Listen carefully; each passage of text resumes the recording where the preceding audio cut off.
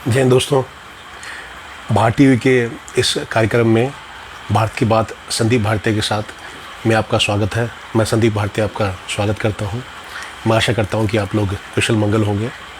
तो ये समाचार का कार्यक्रम है। इसमें हम आपको जो भारत की विभिन्न खबरों के बारे में बताएंगे, चाहे वो खबर राजनीति से जुड़ी हो, खेल की खबरें हों और टेक्नोलॉजी की खबरें हों, देश विदेश की खबरें हों, फिल्मों की, खेलों की, तो हर एक टाइप की खबरें हम भारत की आपको बताएंगे।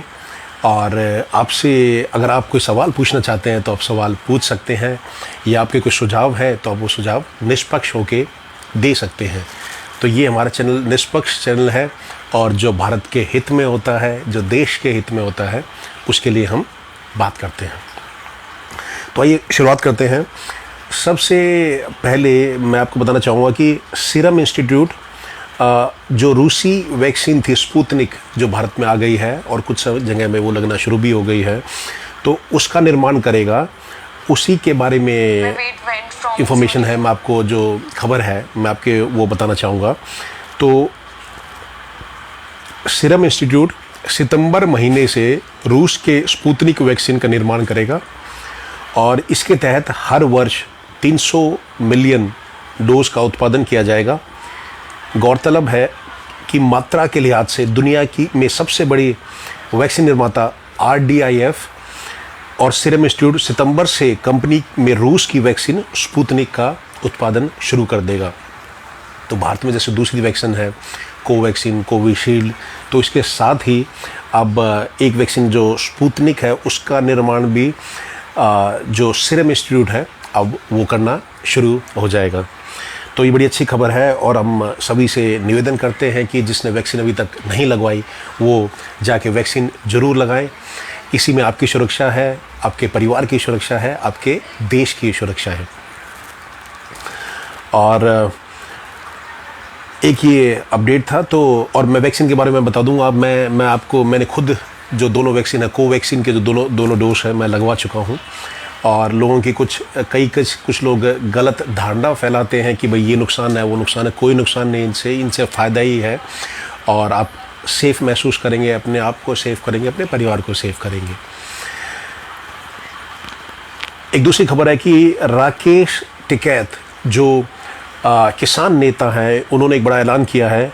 वो कह रहे हैं कि कृषि कानूनों के विरोध में संसद के बाहर किसान प्रदर्शन करेंगे। एक ये बड़ा मामला जो चल रहा है कई महीनों से, तो कहीं ना कहीं किसान भी जो जिद पे अड़े हैं, जो किसान नेता, सरकार भी है, वो भी अब बात करने को ले कहीं ना कहीं सरकार ने बोला भी है कि ये बात करिए, लेकिन जो भी है बात नहीं हो पा रही है।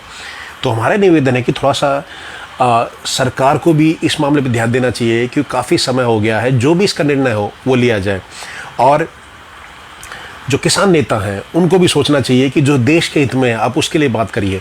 कई बार जब ऐसे सुनने को मिलता है कि तोड़ फोड़ कर देंगे, थोड़ा बयानबाजी से ऐसे नहीं करनी चाहिए। आपने जैसे देखा होगा पीछे राकेश टिकैत हैं जो भारतीय किसान यूनियन के अध्यक्ष हैं, और वही जो पूरे इस जो किसान मोर्चे को जो लीड कर रहे हैं इस आंदोलन को, अब कई सारी पॉलिटिकल पार्टी भी इसमें जुड़ चुकी हैं। अब पंजाब में जो चुडूनी है, जो ये किसान नेता है, वो कह रहे हैं कि भाई अब जो किसान है वो अपने नुमाइंदे इलेक्शन में भी खड़े करेंगे। तो कहीं ना कहीं राजनीति का रंग भी ले चुका है ये।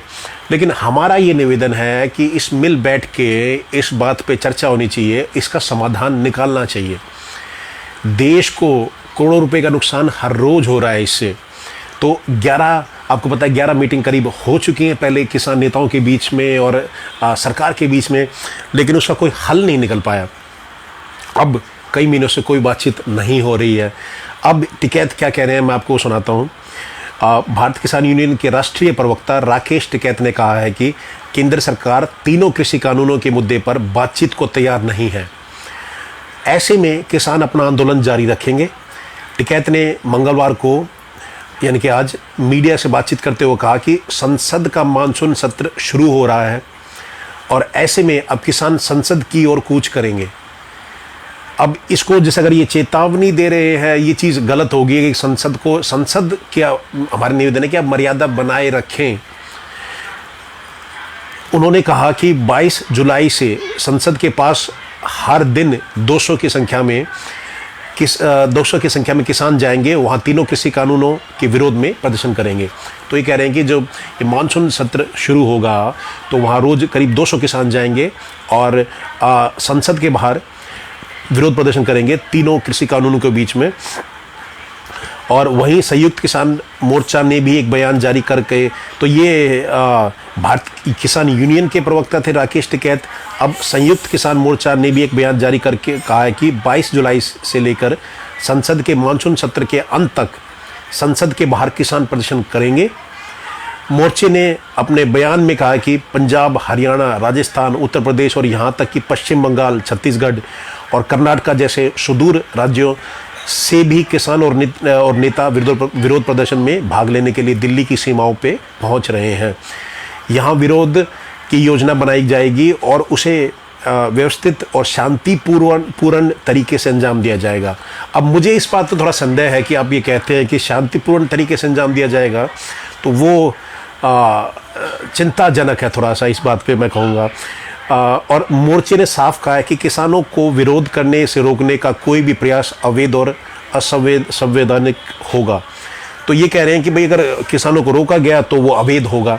लेकिन आप अपने आप को तो देखिए, अब मैं आपको ये कह दूं, मैं कोई ना सरकार का पक्ष ले रहा हूँ इस मामले में, ना किसानों का, मैं अपने देश का पक्ष ले रहा हूँ। जो नुकसान मेरे देश को उठाना पड़ रहा है उसका जिम्मेदार कौन है, आप ये बताइए। एक तो जैसे आप ये कहते हैं काले कानून वापस हो, तीनों कानून वापस हो, आप ये बताइए कोई भी जब कानून पास होता है उसमें आप चेंजेस कर लीजिए, अमेंडमेंट होता है उसमें, लेकिन पूरे ही इस काले कानून कह के आप वापस करा दीजिए, ऐसा तो हो नहीं पाएगा। इस सरकार भी ये कह रही है कि हमसे बात करिए, लेकिन अगर आप इस मामले वो ये कह रहे हैं कि पहले आप तीनों कानून रद्द करो तब उसके लिए हम बात करेंगे, तो कहीं ना कहीं ये शर्त ठीक नहीं है। 7-8 महीने हो चुके हैं, देश को करोड़ों की संपत्ति का नुकसान हो चुका है। जहां अब ये किसान बैठे हैं बॉर्डर पे दिल्ली हरियाणा के पास में, वहाँ से जो वाहन है वो गुजर नहीं पाते उस सड़क से, उनको अंदर से जाना पड़ता कई किलोमीटर अंदर होके। तो ये समस्या है। तो इसीलिए मैं ये कह रहा हूँ कि किसानों को भी थोड़ा सोचना चाहिए कि तीनों वापस नहीं हो पाएंगे, तो उसमें कुछ संशोधन कराइए। जो भी आपको दिक्कत है आप वो बताइए। भारत टीवी ने हमने इसके बारे में आयोजन भी किया था, जो कृषि कानूनों के ऊपर, आगे भी हम करते रहेंगे।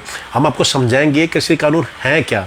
आप उनको जैसे काले कानून तो कह रहे हो, लेकिन अगर आप मान के चलो अगर आपके वापस भी हो जाते हैं तो हर एक समुदाय, हर एक दल फिर आगे से इसी चीज़ में उठ के आएगा। वो पता क्या कहेंगे, वो कहेंगे कि हमारे जो कानून आपने पास करे हमारे लिए, उनको वापस कर दो। ऐसा संभव है क्या? तो ये चीज़ कहीं ना कहीं शर्मनाक है कि अगर आपको जिद लेके बैठ जाए कि ये तीनों काले कानूनी है, इनको वापस कर दो, ऐसा नहीं होता है, संशोधन होता है। आप वो सरकार के आगे बात रखिए, और मेरे सरकार से भी निवेदन है, इनको बातचीत के लिए बुलाइए और इस मामले का हल करिए। ये देश हित में बिल्कुल नहीं जा रहा है। 7-8 महीने हो चुके हैं, करोड़ों की संपत्ति का नुकसान हो रहा है, आम आदमी परेशान हो रहा है। अब इसका समाधान निकालिए, और इस मामले पे हम आगे आपको भी अपडेट देते रहेंगे। और हमारा दोनों सरकार से भी और किसान नेताओं से भी ये निवेदन है कि इसका सलूशन जल्दी निकालिए। और अगर कोई पॉलिटिकल पार्टी इसमें अपना फ़ायदा देख रही है तो वो शर्मनाक है, उसका हम बिल्कुल विरोध करते हैं। चाहे वो विपक्ष की कोई भी पार्टी हो, अगर वो इनके जरिए अपना निशाना साध रही है तो वो शर्मनाक है। पीछे हमने देखा था टिकैत जी बंगाल भी गए हुए थे जो ममता बनर्जी से बात करने के लिए। तो अब भाई क्या मतलब, अगर आपको आंदोलन करना है तो आप दिल्ली में करिए ना आंदोलन। आप अलग अलग जगह जाते हैं, वहाँ अलग अलग नेताओं से मिल रहे हैं। पंजाब में अब किसान मांग कर रहे हैं कि आप राजनीति में आइए, आप खुले दिल से आइए, कोई दिक्कत ही नहीं है। लेकिन इस मामले का राजनीतिकरण ना हो, इसका समाधान जल्दी से निकलना चाहिए। और किसान है, हम ये कहते हैं कि पूरा देश बच्चा बच्चा किसानों के साथ खड़ा हुआ है, पर जो मांग अगर कोई राजनीतिक दल करता है तो उसके खिलाफ कोई नहीं खड़ा हुआ। अगर एक किसान अगर करता है, किसान हमारा जवान है, वो पूजनीय है हमारे लिए, उसको कोई विरोध नहीं कर रहा। लेकिन अगर कोई राजनीतिक दल किसानों का आड़ लेके अपने कहने की राजनीति साधता है तो वो बहुत गलत है। उसका सब विरोध कर रहे हैं। इसलिए इस मामले को आप जल्दी से सुलझाइए, ये हमारा आपसे निवेदन है। और इसके बारे में हम जो काले कानून कहते हैं उनको तीनों को हम बताएंगे, समझाएंगे आपको उसके फ़ायदे क्या है और नुकसान क्या है। हम दूसरी खबर का रुख करते हैं। और जो कावड़ यात्रा है, आपको सावन के समय में कावड़ यात्रा होती है, तो उस पे योगी सरकार ने कहा है कि भाई उसमें फैसला लिया गया है कि कोरोना प्रोटोकॉल का पालन किया जाएगा और उत्तर प्रदेश में कोविड प्रोटोकॉल के साथ होगी कावड़ यात्रा। योगी सरकार ने दिशा निर्देश जारी किया है और कावड़ यात्रा के लिए RT-PCR की नेगेटिव जांच रिपोर्ट अनिवार्य होगी। तो यूपी के मुख्यमंत्री योगी आदित्यनाथ ने 25 जुलाई से शुरू होने वाली पारंपरिक कावड़ यात्रा को कोविड प्रोटोकॉल के अनुपालन में निकालने और आवश्यकता के अनुसार अन्य राज्यों से आने वाले लोगों के लिए RT-PCR की नेगेटिव जांच रिपोर्ट की अनिवार्यता को भी लागू किए जाने का निर्देश दिया है। तो वो ये कह रहे हैं कि भाई कावड़ यात्रा तो होगी, लेकिन ये रिपोर्ट चाहिए कि वो लोग नेगेटिव तो नहीं है, कहीं कोरोना से ग्रसित तो नहीं है। और कोविड संक्रमण की स्थिति को देखते हुए कावड़ संघों से बातचीत कर न्यूनतम लोगों को की सहभागिता का अनुरोध किया जाएगा और दिल्ली, राजस्थान, हरियाणा और उत्तराखंड के राज्यों से बातचीत कर यात्रा के लिए आवश्यक दिशा निर्देश जारी किए जाएंगे।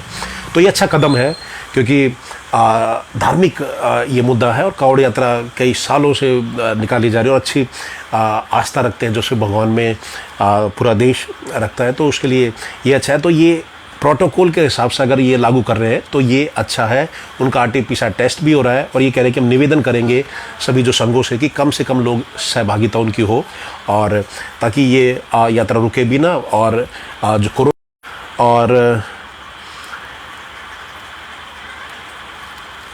स्वास्थ्य मंत्रालय ने ये कहा है कि है कोरोना के मामले में, तो ये देश कोरोना के मामलों में गिरावट आ रही है, तो बड़ी अच्छी बात है। लेकिन आपसे भी निवेदन है कि अगर आप अपने घर से बाहर जाएं तो मास्क जरूर लगाएं, खासकर जो डबल मास्क आप लगा सकते हैं और सोशल डिस्टेंसिंग का पालन करें, सैनिटाइज़र का आप इस्तेमाल करें, 2 गज की दूरी बना के रखें, ये सब आपके हाथ में है।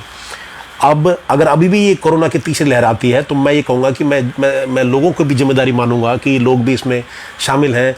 कि जैसा हम देखते हैं मनाली में लोग गए हुए घूमने के लिए, हिल स्टेशन में गए हुए हैं, तो कहीं ना कहीं ये शर्मनाक है। आप खुद कोरोना को दावत दे रहे हैं, जो ऐसा नहीं होना चाहिए। सरकार तो अपना काम कर रही है, लेकिन आपको भी तो सहभागिता उसमें होनी चाहिए। आपको देखना चाहिए कि घुमाइया बाद में हो जाएगी अगर जान ही नहीं रहेगी। अगर हम 1 महीना पहले हॉस्पिटल बेड ढूंढ रहे थे, हॉस्पिटल के बेड नहीं मिल रहे थे, और अब हमें मनाली की टिकट चाहिए, हमें कुल्लू की टिकट चाहिए, हम कश्मीर घूमना है, हमें उत्तराखंड घूमना है, तो ये कहीं ना कहीं शर्मनाक है। लोगों को सोचना चाहिए कि भाई अपनी आप अगर सुरक्षित रहेंगे, अगर आपकी जान है तो जान है, घूम लेंगे फिर बात, कोई दिक्कत थोड़ा है। ये जब कोरोना ख़त्म हो जाएगा फिर आप कहीं भी घूमना कोई समस्या ही नहीं है। और आप अगर सुरक्षित रहेंगे, अगर आपको कोरोना होता है, भगवान करे आपको ना हो, तो आपके बच्चों को भी होने के पूरे चांसेस, आप घर जाओगे, आपके पूरे परिवार को होने के चांसेस है। और आपने देखा होगा इस बार कोरोना की लहर में पूरे परिवार के परिवार खत्म हो गए हैं। तो कहीं ना कहीं आपको ये देखना होगा, आपकी सुरक्षा, आपके परिवार की सुरक्षा है, आपके देश की सुरक्षा है और पूरी दुनिया की सुरक्षा है। अगर भारत में कोरोना के मान के चलेगा कभी केसेस फैलते हैं, पूरी दुनिया में फैलेंगे, आप ही बताइए। तो ये चीज़ें देखनी होगी, भारत को भी देखनी होगी। और वही मैं कहूँगा जैसे इंग्लैंड में, यूरोप में जैसे यूरो कप भी हो रहा था फुटबॉल का, लाखों लोग आए हुए थे। तो इन कंट्रीज़ को अपने में भी झांकना चाहिए। जब कहीं ना कहीं आलोचना करते हैं भारत की कि भाई भारत में कावड़ से या जैसे जो गंगा स्नान है उससे कोरोना फैला, ठीक है आप आलोचना कीजिए, लेकिन अगर आपके देश में होता है आप उसकी भी तो आलोचना कीजिए। यूके में अब आप देखिए जो फाइनल था इटली का और इंग्लैंड की टीम का, उसमें इंग्लैंड की टीम हार गई थी पेनल्टी शूट आउट में, तो लाखों दर्शक वहाँ पहुँच गए। फिर उन्होंने क्या कहते कूड़ेदान फेंकना शुरू कर दिया, कोई सोशल डिस्टेंसिंग नहीं। इटली के जो फैंस थे उनके साथ मारपीट शुरू कर दी, कोई मास्क नहीं लगा रखा। तो ये आप पूरी दुनिया के लिए ये मुसीबत में डाल रहे हैं। ये पूरे यूरोप में फैलेगा तो और जगह भी फैलेगा। तो कहीं ना कहीं ये पूरी सभी जो देश है उनकी सहभागिता इसमें चाहिए। और भारत के तो हम कहेंगे, तो इसलिए मैं कहता हूँ कि जो विदेशी मीडिया है, अगर भारत की आप आलोचना करते हैं तो अपने अमेरिका, यूके में, चाइना में कहीं और भी अगर गलत हो रहा है तो उसको आप आगे लेके आइए। और हमारे लोगों से भी निवेदन है कि हम बड़ी जल्दी बहक जाते हैं कि हमारे देश में ऐसा हो रहा है, हमारे देश पूरी दुनिया में फैलाएगा। आपकी बात से आप आलोचना कीजिए, लेकिन कहीं और भी हो रहा है तब भी आप आलोचना कीजिए। मैं ये आपको कहना चाह रहा हूँ। यूके का आप फाइनल में देखिए, ये जो यूरो कप का जो फाइनल हुआ था, कैसे लाखों लोग आए और कैसे उन्होंने कोरोना फैलाया। हर एक, अब जैसे स्पेन में, इटली में, हर जगह केस बढ़ गए हैं कोरोना के। तो ये हमारी आपसे निवेदन है। तो स्वास्थ्य मंत्रालय ने आज जो कहा कि देश में कोरोना के नए मामलों में लगातार कमी दर्ज की जा रही है। पिछले एक हफ्ते में कोरोना के नए मामलों में 6% की कमी देखी जा रही है और देश में आ रहे कुल मामलों में 70% से अधिक मामले 5 राज्यों से आ रहे हैं। जो 70% से जो अधिक मामले हैं वो 5 राज्यों से हैं। केरल में 30% मामले, केरल में सबसे ज़्यादा अभी कोरोना के जो केसेस हैं। महाराष्ट्र में 20%, तमिलनाडु में 8.5%, आंध्र प्रदेश में 7.3%, उड़ीसा में 6.5%। तो 70% मामले इन 5 राज्यों के हैं। तो कृपया आप ध्यान दीजिए और हर एक राज्य में आप ध्यान दीजिए और जो पहले से जो स्थिति संवरी है, जो आप लोगों ने जो सहयोग किया उसमें आप सहयोग कीजिए। और कांग्रेस ने कहा है कि वो महंगाई और ईंधन की कीमत बढ़ने के मुद्दे पर 23 प्रेस कॉन्फ्रेंस कर रही है कि कहीं ना कहीं जो जैसे पेट्रोल के रेट ज़्यादा हुए हैं और जो डीजल के, पेट्रोल के, महंगाई के, तो ये कह रहे हैं कि भाई हम प्रेस कॉन्फ्रेंस करेंगे, ऐसा कांग्रेस पार्टी का कहना है। कांग्रेस पार्टी बढ़ती महंगाई और ईंधन की कीमतों में बढ़ोतरी का मुद्दा उठाने के लिए देश भर में 23 प्रेस कॉन्फ्रेंस कर रही है। लोगों की परेशानी को उजागर करने के लिए पार्टी के सभी वरिष्ठ नेताओं को इसमें शामिल किया गया है। इस मुद्दे पर कांग्रेस द्वारा 17 जुलाई तक विरोध प्रदर्शन किए जाने के मद्देनजर प्रेस कॉन्फ्रेंस की जा रही है। तो 17 जुलाई तक ये विरोध प्रदर्शन करेंगे और प्रेस कॉन्फ्रेंस को संबोधित करने के लिए 23 नेताओं में जो 23 नेता हैं 23 प्रेस कॉन्फ्रेंस ये करेंगे। कमलनाथ है, भूपेश बघेल है, दिग्विजय सिंह है, आनंद शर्मा है, एम खड़गे हैं और मनीष तिवारी शामिल हैं। यूपी में कमलनाथ प्रेस कॉन्फ्रेंस करेंगे और देहरादून में तिवारी और सचिन पायलट प्रेस कॉन्फ्रेंस करेंगे इस मुद्दे पे। और पूर्व वित्त मंत्री पी चिदम्बरम ने मंगलवार को दिल्ली में एक प्रेस कॉन्फ्रेंस कर महंगाई को लेकर सरकार पर निशाना साधा है और लोगों के लिए राहत की मांग करी है। तो ये प्रेस कॉन्फ्रेंस कर रहे हैं और कहीं ना कहीं आपको पता ही है कि पेट्रोल डीजल के रेट बढ़ गए हैं उसमें। तो इसमें अगर मैं आपको आम आदमी की मैं बता रहा हूँ, मैं कोई इसमें राजनीतिक एंगल नहीं लेके आना चाह रहा, लेकिन इसमें भारत सरकार तो आप कहेंगे उन्होंने रेट बढ़ा दिया, ठीक है, लेकिन हर एक राज्य का इसमें हाथ है, आप ये कहिएगा। तो जैसे अगर कांग्रेस पार्टी कहती है कि बीजेपी ने बढ़ाया तो वो भी साथ में उतना ही शामिल है। राजस्थान में जैसे कांग्रेस पार्टी की सरकार है, तो पंजाब में कांग्रेस पार्टी की सरकार है, तो उनका भी जो एक्चुअल जैसे 100 रुपये लीटर आपका पेट्रोल है तो उसमें केंद्र सरकार भी पैसा उसमें का होता है और राज्य सरकार का भी होता है। और उसके लिए भी हम एक कार्यक्रम करेंगे, उसमें बताएंगे हम आपको कि कितना सरकार को जाता है, कितना वैट लगता है, कितना केंद्र सरकार जाती है, तो वो सारी चीज़ हम बताएंगे आपको। लेकिन मैं कहने का मतलब ये है कि जितना आप ये सोचते हैं कि जैसे केंद्र सरकार तो उसमें शामिल है ऐसा मानते हैं, तो इसमें राज्य सरकार भी शामिल होते हैं आपका पैसा बढ़ाने में। और जो कच्चे तेल की जो कीमत होती है जो इंटरनेशनल मार्केट में, तो वो भी एक फैक्टर होता है। लेकिन कहीं ना कहीं भारत टीवी भी आपसे निवेदन करता है कि भाई पेट्रोल और इसके डीजल के प्राइस कम होने चाहिए, सरकार को ये फैसला लेना चाहिए राज्य सरकार से मिलके। ये आम आदमी के ऊपर ही महंगाई की मार बहुत पड़ रही है, ऊपर से कोरोना तो है ही। तो सरकार को, केंद्र सरकार को राज्य सरकार के साथ मिलके पेट्रोल के प्राइस कम करने चाहिए, डीजल के प्राइस कम करने चाहिए, ऐसा भारत टीवी का भी निवेदन है। इसलिए मैं कहता हूं कि हम निष्पक्ष चैनल हैं, हम किसी एक पार्टी का सपोर्ट नहीं करते, हम देश का सपोर्ट करते हैं। अपने तिरंगे की शान के लिए हम बात करते हैं, अपने देश के हित के लिए हम बात करते हैं। और जो गलत करेगा तो उसके लिए हम बोलेंगे, चाहे कोई भी पार्टी का हो, हमें उसमें कोई परेशानी नहीं है। हमारा देश हित हमारे लिए सबसे ऊपर है।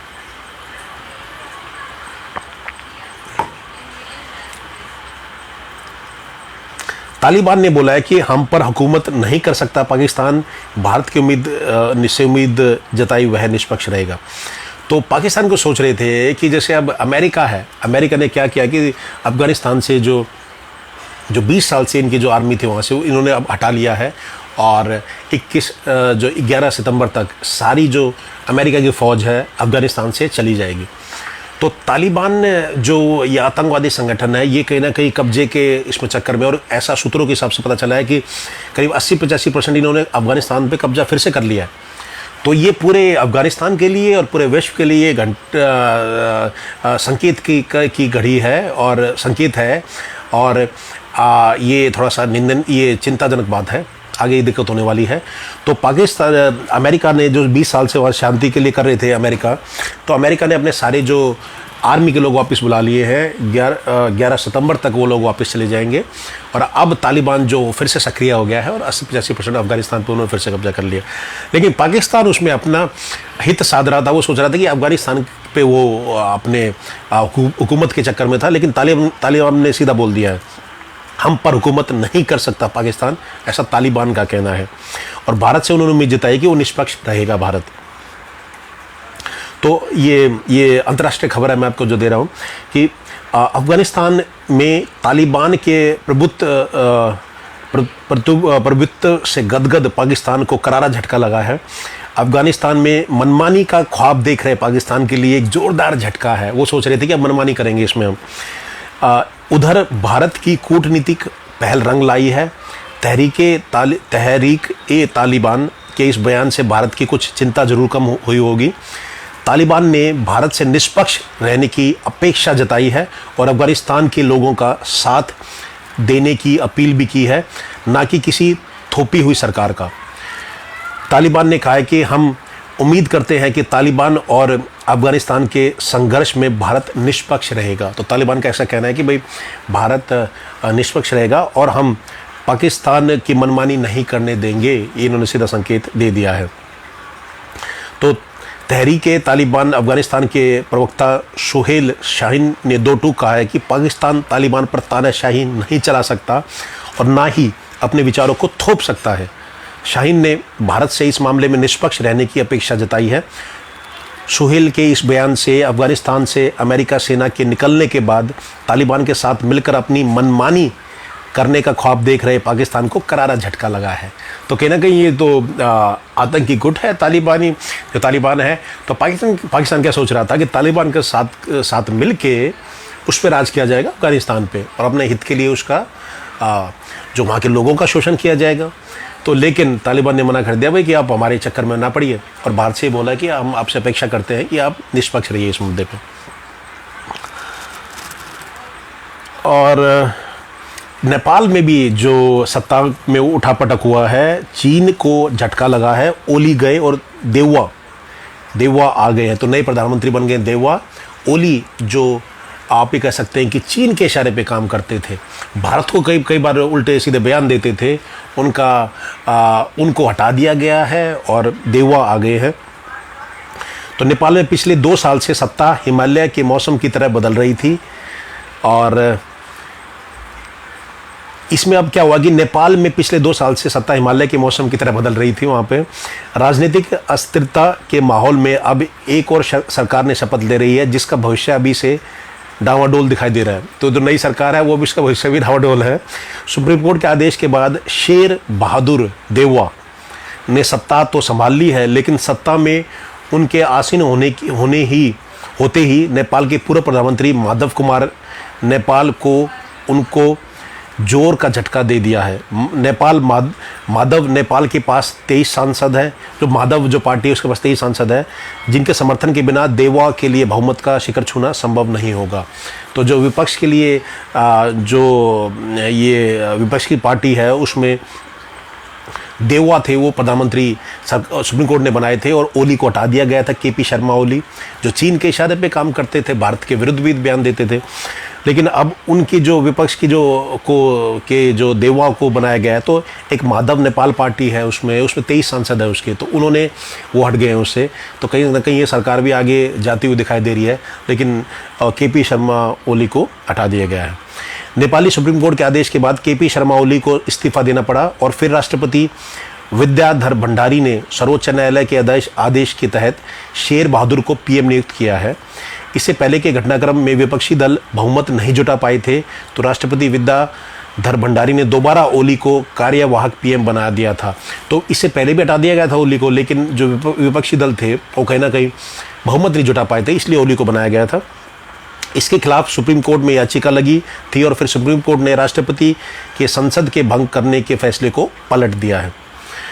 और तो ये अब है कि दूसरी पार्टी ने वहाँ सत्ता संभाली। केपी शर्मा ओली की छुट्टी कर दी गई है, लेकिन जो दूसरा दल है वो भी कमज़ोर है और 23 सांसद तो पहले से अलग हो गए। तो उसके भी आप देखते हैं आगे क्या घटनाक्रम होता है नेपाल में, और उसके बारे में हम आपको अपडेट करते रहेंगे। और पीएम मोदी ने जो टोक्यो ओलंपिक के लिए हमारे जो खिलाड़ी जा रहे हैं, अभी तक का सबसे बड़ा दल जा रहा है हमारे देश की जो शान है हमारे खिलाड़ी, वो उनको मंत्र, जीत का एक मंत्र दिया है। उन्होंने कहा कि अपेक्षाओं के बोझ के तले दबने की ज़रूरत नहीं है। 138 करोड़ लोगों की जो उम्मीदें हैं, तो आप उसके बोझ के तले ना दबिए, जमकर खेलिए, जो आपका जो बेस्ट परफॉर्मेंस आप वो दीजिए। हार हो या जीत क्या फ़र्क पड़ता है, लेकिन आपको जम के खेलना है। तो मोदी जी का ऐसा कहना है जो देश का, और बड़ी अच्छी इन्होंने जो प्रेस कॉन्फ्रेंस की आज, उन्होंने उन सभी 15 खिलाड़ियों को जोड़ा जो टोक्यो जा रहे हैं, उनसे बातचीत कराई, उनके घर वालों से बातचीत कराई।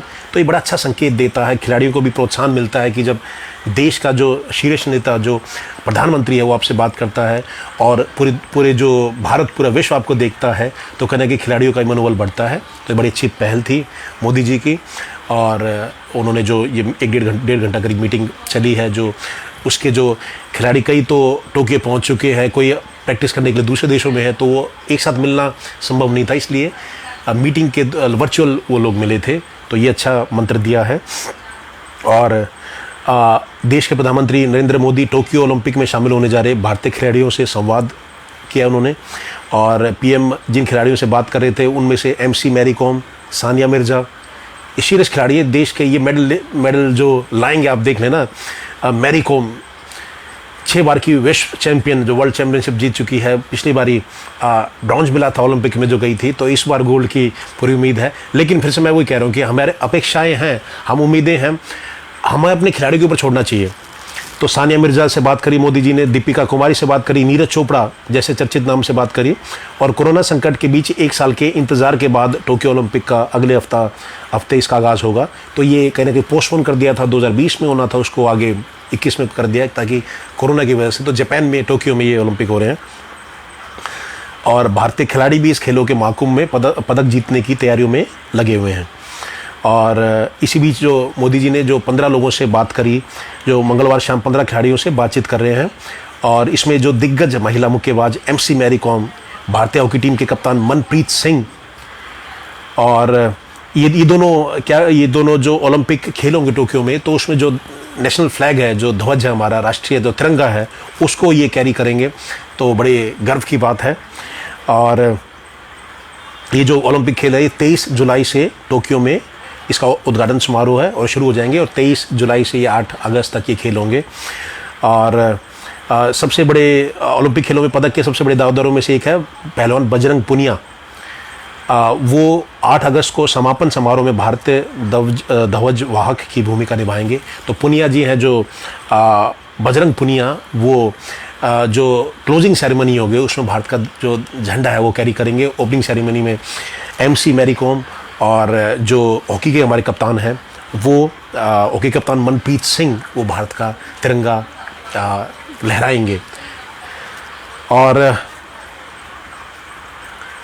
इस बार जो मैंने आपको बताया कि दल बहुत बड़ा, इस बार जो दल जा रहा है और उम्मीदें बहुत सारी है, उसके लिए भी हम चर्चा करते रहेंगे। कौन से खिलाड़ी, जैसे बहुत सारे खिलाड़ी हैं जिससे इस बार उम्मीदें तो खैर सबसे हैं ही, लेकिन जो प्रमुख हैं उसके बारे में हम आपसे चर्चा करेंगे। और हमारा तो यही है कि हमारे जो जितने भी हमारे खिलाड़ी गए हैं, हर एक खिलाड़ी पदक लेके आए और देश का नाम रोशन करे। लेकिन हम ऐसे कह के कोई उन पर बोझ नहीं डालेंगे। हम ये चाहते हैं कि हमारे खिलाड़ी अच्छे परफॉर्मेंस करें, लेकिन ये नहीं कि उसके अगर इतना एक्सपेक्टेशन इतनी ज़्यादा हो जाए कि खिलाड़ी उसके बोझ की तरह दब जाए और परफॉर्म ही ना कर पाए, तो वो फ़ायदा नहीं है। खिलाड़ियों को खेलने दीजिए आप, वो जैसे परफॉर्म करेंगे, वो हारे हैं या जीते, लेकिन उनको अपना क्या कहते हैं, जो देश के लिए अपना बेस्ट देना होगा, और वो देंगे हमारे खिलाड़ी। अभी देख लेना, इस बार सबसे ज़्यादा, मैं आपको पहले बता रहा हूँ, सबसे ज़्यादा पदक इस बार आने वाले हैं हमारे देश के लिए। और तो आपका उसके बारे में हम अपडेट आपको देते रहेंगे कि कौन से खिलाड़ी के बारे में, हर एक स्पोर्ट्स के बारे में हम आपको अपडेट देंगे।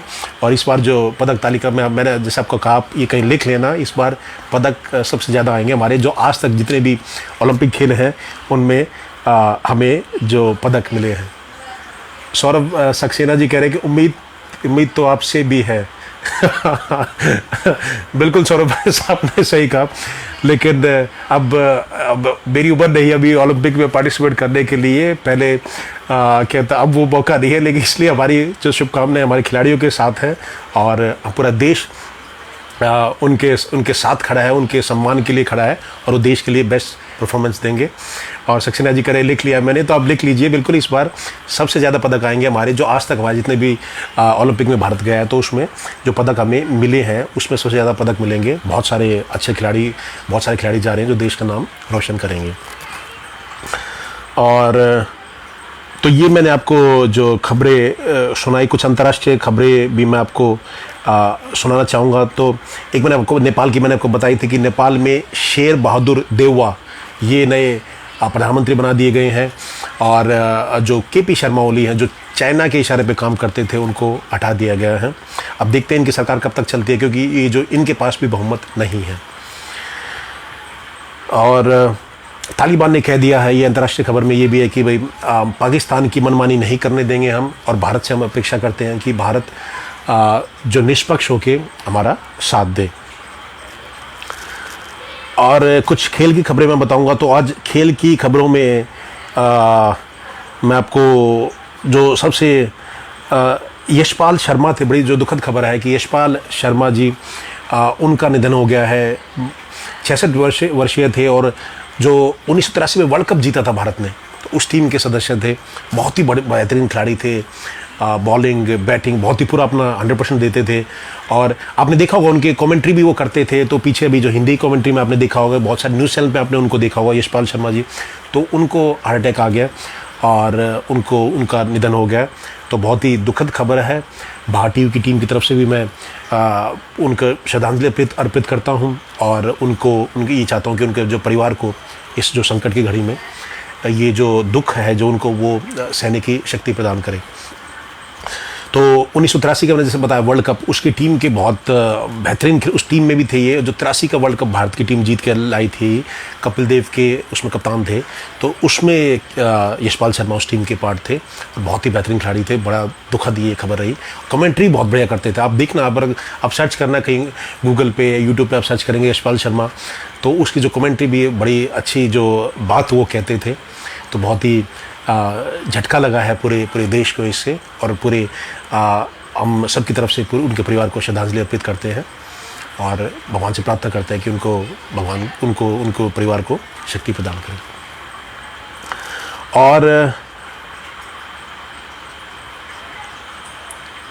और जो अभी वेस्ट इंडीज़, मैं आपको बताऊं कि वेस्ट इंडीज़ और ऑस्ट्रेलिया के बीच में T20 सीरीज चल रही थी, तो वेस्ट इंडीज़ तीनों जो T20 मैच वो जीत गई है। ऑस्ट्रेलिया को उन्होंने हरा दिया है। इससे पहले उनके साउथ अफ्रीका से मैच थे, उसमें ये जो T20 सीरीज़ थी उसमें 3-2 से हार गई थी वेस्ट इंडीज़ की टीम। लेकिन ऑस्ट्रेलिया, साउथ अफ्रीका भी वेस्ट इंडीज़ खेलने गई हुई थी, अब ऐसे ही ऑस्ट्रेलिया भी वेस्ट इंडीज़ खेलने गई हुई है और T20 में तीनों में वेस्ट इंडीज़ ने जीत हासिल करी है। जो कल मैच था उसमें भी वेस्ट इंडीज़ जीत गई, जो तीसरा मैच था। 5 मैचों की श्रृंखला है, तो उसमें देखते हैं स्कोर क्या रहेगा। लेकिन ऑस्ट्रेलिया की टीम थोड़ी संकट में है अभी, और वेस्ट इंडीज़ के जो पुराने खिलाड़ी उन्होंने बड़ा अच्छा परफॉर्म कर रहे हैं। क्रिस गेल है वो, तो 42 वर्षीय हैं। कल उन्होंने करीब 66 रन उन्होंने बनाए हैं, 7 छक्के लगाए हैं उन्होंने। तो वो कहीं ना कहीं फॉर्म में नहीं थे पहली सीरीज़ में भी इसमें, लेकिन अब आज बड़ा अच्छा परफॉर्मेंस उन्होंने किया और अपनी टीम को श्रृंखला जिता दी है। और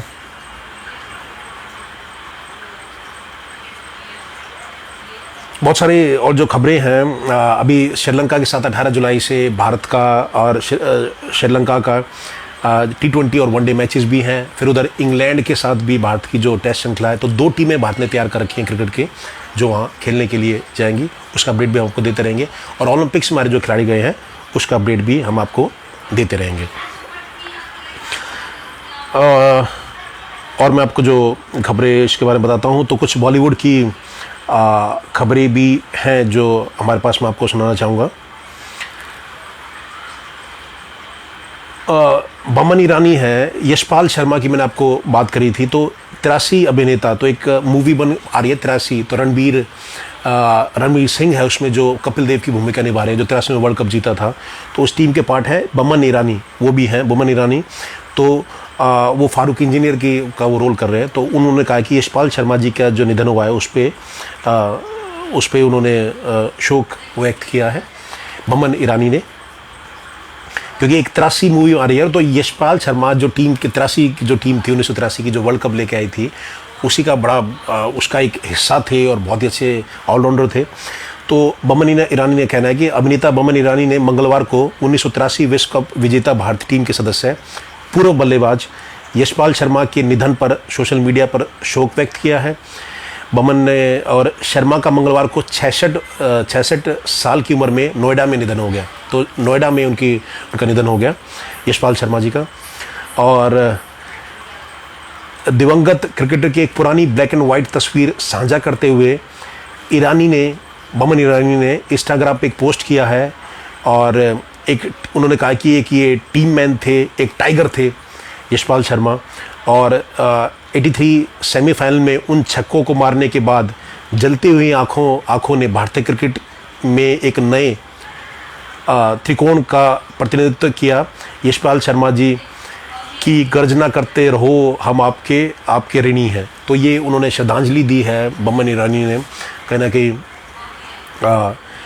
यशपाल शर्मा जी को, जिनका आज निधन हो गया, 66 वर्षीय थे वो।